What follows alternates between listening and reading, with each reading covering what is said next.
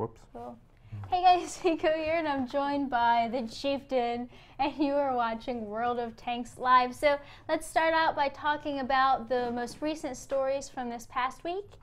We have 8.8 update went live, which of course we went into depth last week. We even had a special stream, but just to cover it, we have 4 new Soviet mediums, 2 new German tanks, 2 new Chinese premiums, a new map, the Tundra, and the mission objectives are now in the game client. We redesigned the achievement screen and the system calculation and a lot of other changes which you can find on our official World of Tanks site.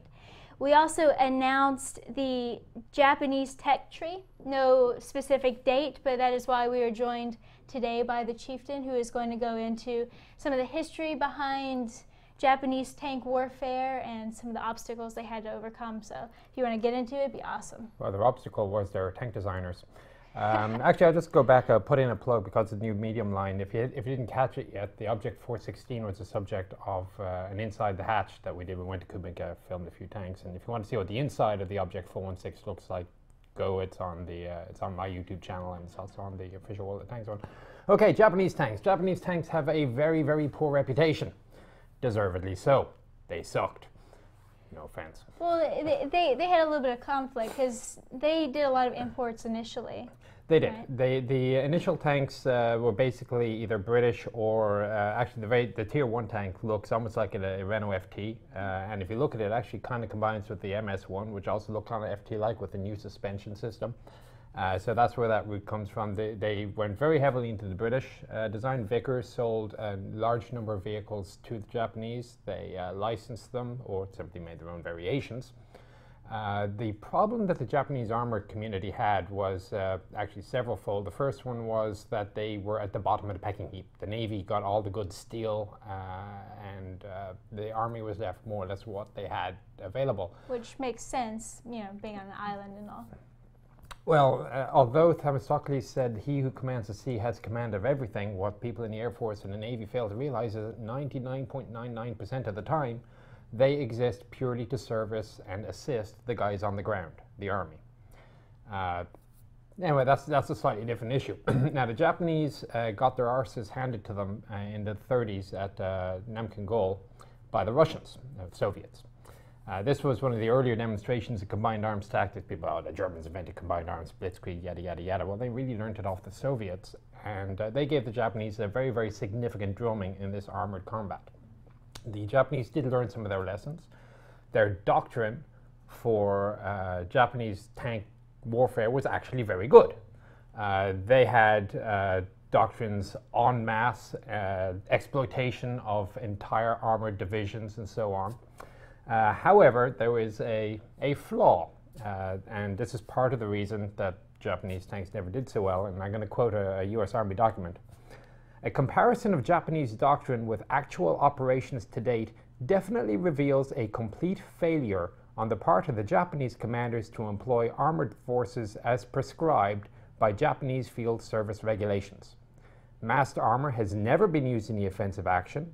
Defensive combat has been confined to static defense with a final uncoordinated banzai counterattack. Coordinated attack has never materialized, and it just goes on slating into them. Although the Japanese understood armored warfare, they just never practiced it. Now, whether that was a cultural thing or whether it was just by nature of the situation on a small island and they only have 20 tanks to attack with, that's arguable. Now, the other thing that's interesting, though, is by the time you get to the end of the war, the Japanese had started to come up with good tank designs. They needed to. The little tanks like the Chi-Ha, the Teike, whatever, they were perfectly acceptable for what they were doing, beating up on the Chinese or the guys in Singapore or whatever. Even the British didn't have great tanks. But when the Americans started showing up with their Lees and the M4 mediums, the situation changed. They needed better tanks, and they actually did make them. And in one of the arguably sensible moves, they never used them. If you look at some of the later tanks that they came up with, and I don't speak a word of Japanese, but this is a great book if you like pictures. Yay. And some of the later tanks that they came up with, you can see the Chi-Nu is pretty good. They had basically a Ferdinand of their own, a Hovey, I'm sorry. They had sort of a Waffenträger type vehicle. No, I can't find it there. Very, very good tanks, but they were all kept for the defense of the homeland, instead of piecemealing them out so that they would get destroyed by swarms of M4s on little islands somewhere. Like, okay, look, this ain't working. We're going to sit back, we're going to keep the good stuff for ourselves. And it had a high velocity cannon.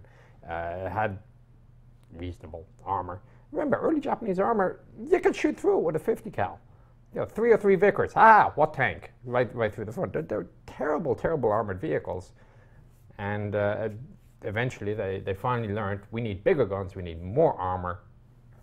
Let's start designing. And of course, they were not shy about taking from the Germans as well. And the aviation side, they did exactly the same thing. They took German designs. Let's tweak this to suit our standards. They did the same with the tanks. American tankers or American infantry never really encountered them, but they were there. The designs were there. Some of them were put into steel and actually made. Several hundred Chinus were built, I believe.